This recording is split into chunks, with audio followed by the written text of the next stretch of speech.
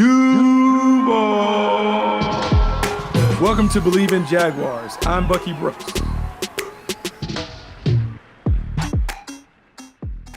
What's up, Duval? It's your favorite former Jag, Bucky Brooks, and this is Bleav in Jags, a podcast dedicated to all things Jacksonville Jaguars football. And I'm really excited today. We're going to talk about the Jaguars' mentality heading into training camp in a few weeks, using the comments from some of the star players that we have kind of heard over the offseason to kind of set the framework for how this team may approach training camp. But before we get into that discussion, let's send a shout out to our sponsor. BetOnline is your number one source for all of your sports betting needs this season. From baseball, golf, soccer, right to all of the top fights in UFC and MMA and boxing, every stat, every matchup, and even live odds and spreads while games are being played. When the game is over, head on over to our online casino and get in on a game of blackjack or poker or unwind with one of our over 150 slot games. Head to the website today to get in on the action. Use promo code BLEAV, BLEAV, for your 50% welcome bonus on your first deposit. Bet online. The game starts here. And speaking of starting the game is certainly going to start here in a few weeks. Training camp is coming up. Everyone around Jacksonville should be excited about the prospects of the team, even though the national media has kind of downplayed the Jaguars' prospects. There's a sense around the building that this team has what it takes to make a long and extended playoff run. But before we can even get to thinking about what the regular season and potentially the postseason is going to look like, we have to talk about what training camp should look like, just from what the theme should be.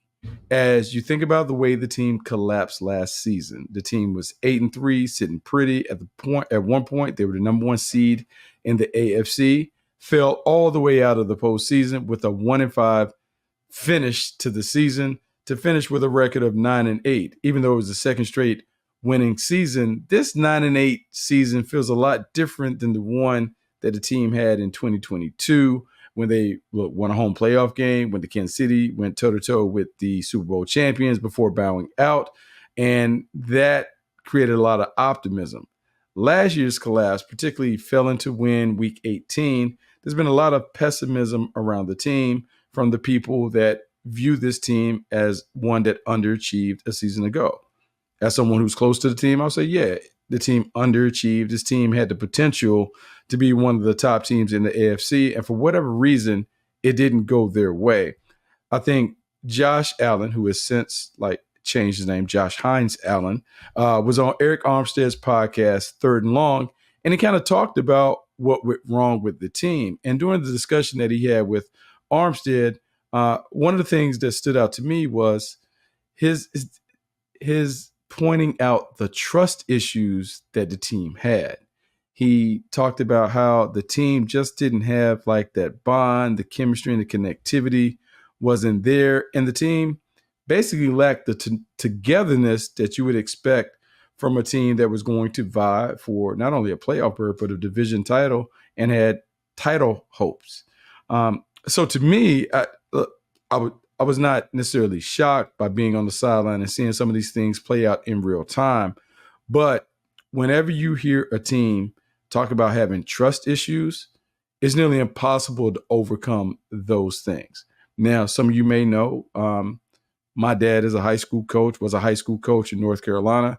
My high school coach back in North Carolina had a thing when I was a kid where we always talked about commitment, accountability, and trust, that you had to have those three things to be a team that could compete and really play at a championship level.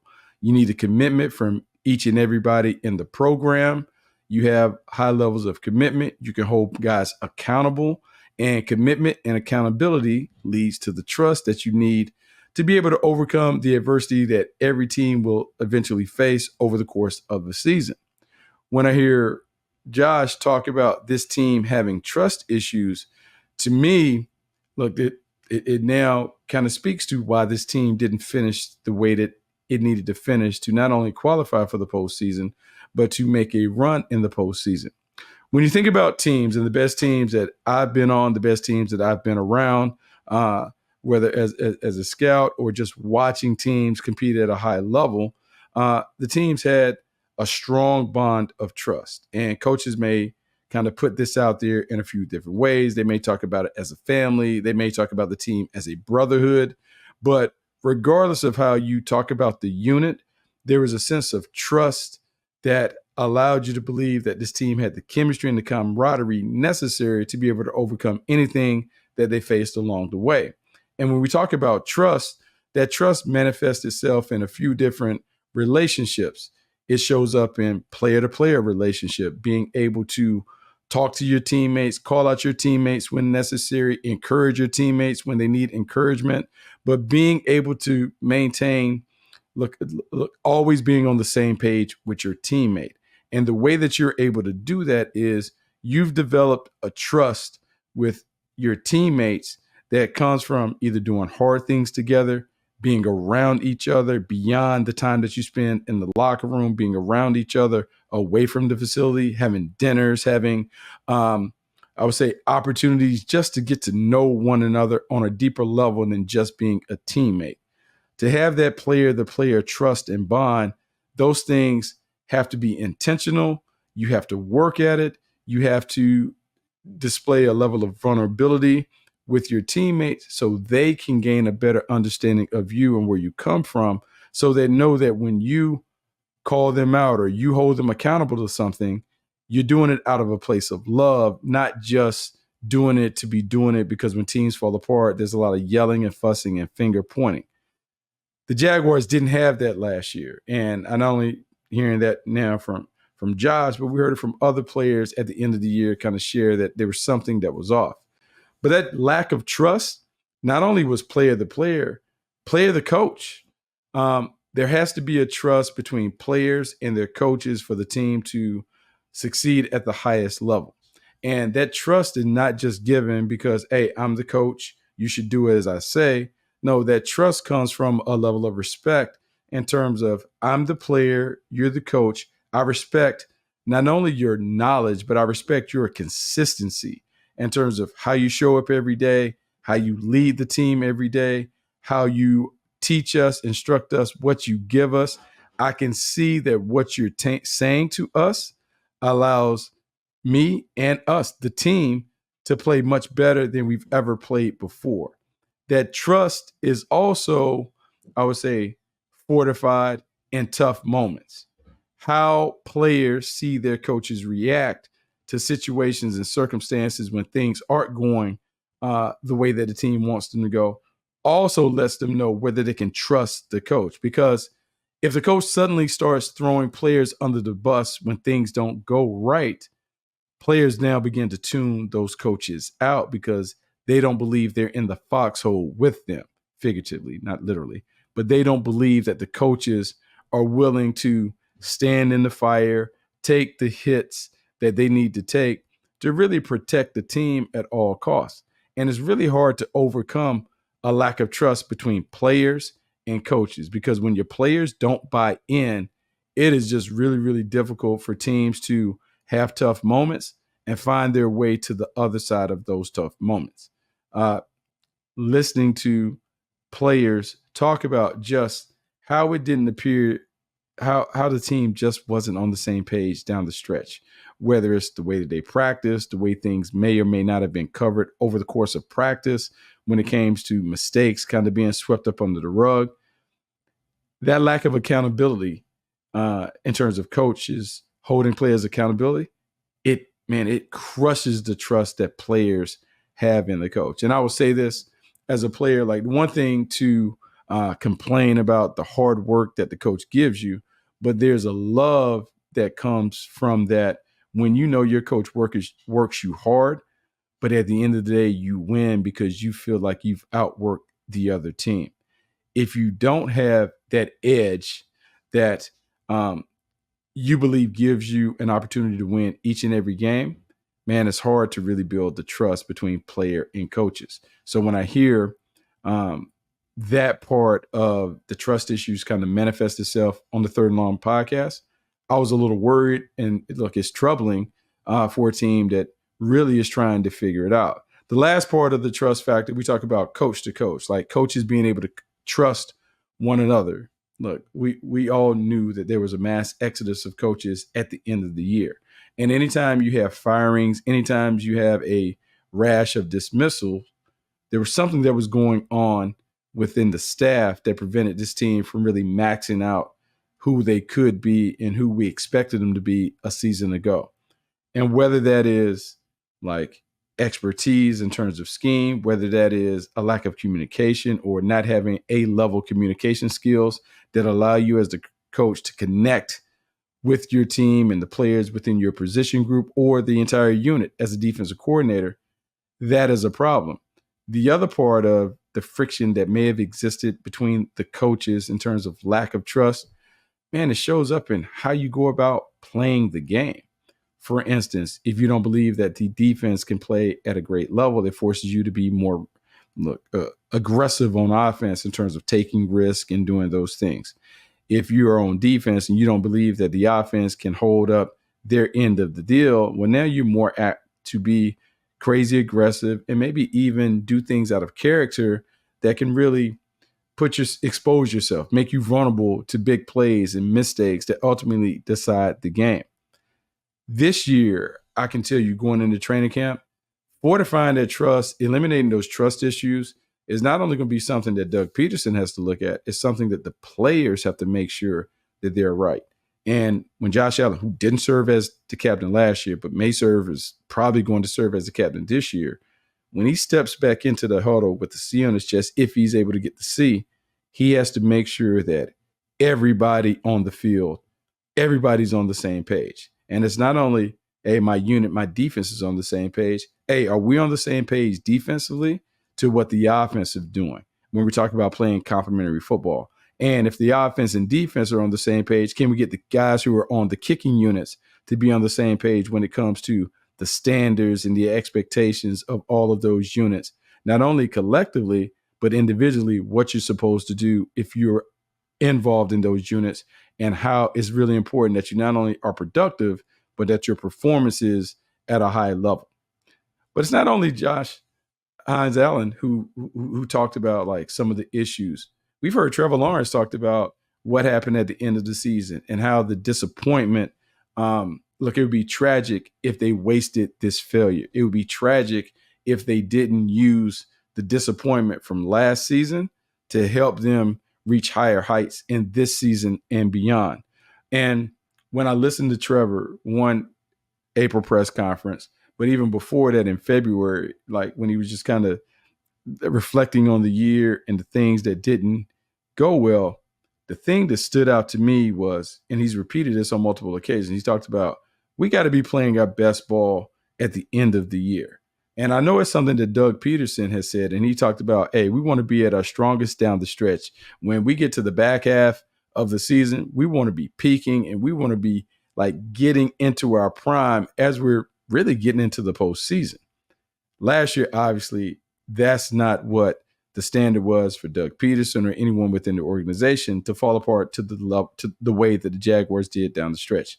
8-3 start, 1-5 finish, 9-8 total record. Certainly not up to the standard for a team that always wants to be in the postseason. You want to be able to be at a point where you pencil or actually use the Sharpie and you pin the Jaguars in as a playoff participant 1-7, that they always are going to be there. To me, when I hear the comments of Trevor, it really makes me think about the mindset. What is the mindset of this team? One, what was the mindset last year? And what changes will be made to help the mindset this year? Because when I think about mindset and what's necessary to play championship caliber football in this league, to me, it comes down to a few different things. One, your toughness level, mental and physical toughness. Physical toughness, by the end of the year, everyone has to play through something. Everyone is banged and bruised. Everyone is nursing a minor injury. So do you have enough toughness to show up each and every day, regardless of how you feel? Last year, I'm encouraged by the way the number 16 showed up. Didn't think he was going to play against New Orleans. Showed up and played. There were other games down the end of the season where, man, this guy was really struggling. He was hurt and couldn't really move around. But yet, when they kick it off on Sunday, he always showed up, with the exception of a handful of games. So the toughness is there not only from the franchise quarterback, but I think the toughness shows up in the rest of the team. When you watch them play as presently constructed, look, man, defensively, they get after it. They have big heavyweights at the point of attack that can really dominate their respective matchups. Think about Hines Allen, you think about Trayvon Walker. Like, they have the ability to just dominate those matchups. Now it's about doing it consistently, so you not only dominate it from a performance standpoint, but you put up the production that changes the way that offenses want to attack when they face the Jaguars. So that part is there. The physical toughness in terms of showing up each and every week, that's there. The mental toughness is the part that I Bleav Doug Peterson is going to have to work on over the course of training camp. And the mental toughness or lack thereof isn't to say that the Jags aren't a tough team. They play a physical and competitive style that, look, kind of reflects how tough they are on the defense standpoint. But there's a toughness from a mentality that no matter what happens, I won't be broken. That you have an unbreakable spirit when it comes to your competitive stamina and what you want to happen at the end of the game. When the clock hits triple zeros, do you have the wherewithal to pick yourself up, to find a way to win the game by any means necessary? That is what the Jaguars have been missing, because when you have as many opportunities as this team had a year ago, there was a disconnect between how you finish compared to how you started. That has to be changed, and that has to be changed right away, which brings me to another point of emphasis that I would anticipate from the Jaguars in the training camp: urgency. Operating with more urgency, sealing the deal when it can be sewn up. So if it's a situation where you're sitting in the top of the AFC and in week 13 or 14, you can wrap it up by getting a dub, you need to do everything that you can do to make sure that you don't allow this to kind of extend out where bad things can happen to prevent you from securing either a playoff berth, a title, a division title, or a top seed in your conference. The urgency has to be there, and I think the urgency will certainly be emphasized from the time these guys run onto the field. How you go about it, how you handle your business, how you attack the day when it comes to looking at the practice plan and executing the practice plan, that urgency has to be, man, at a high level. Because if the Jags are going to make the jump from what I would say good to great, that toughness, that urgency has to be front of mind, has to be built upon, has to be a big part of who they are when it comes to their identity, and you got to continue to play with that. But toughness and urgency are great, but they mean nothing if you don't pay attention to the details. And so we can talk about how hard you play in terms of giving effort. We can talk about your physicality and toughness and those things.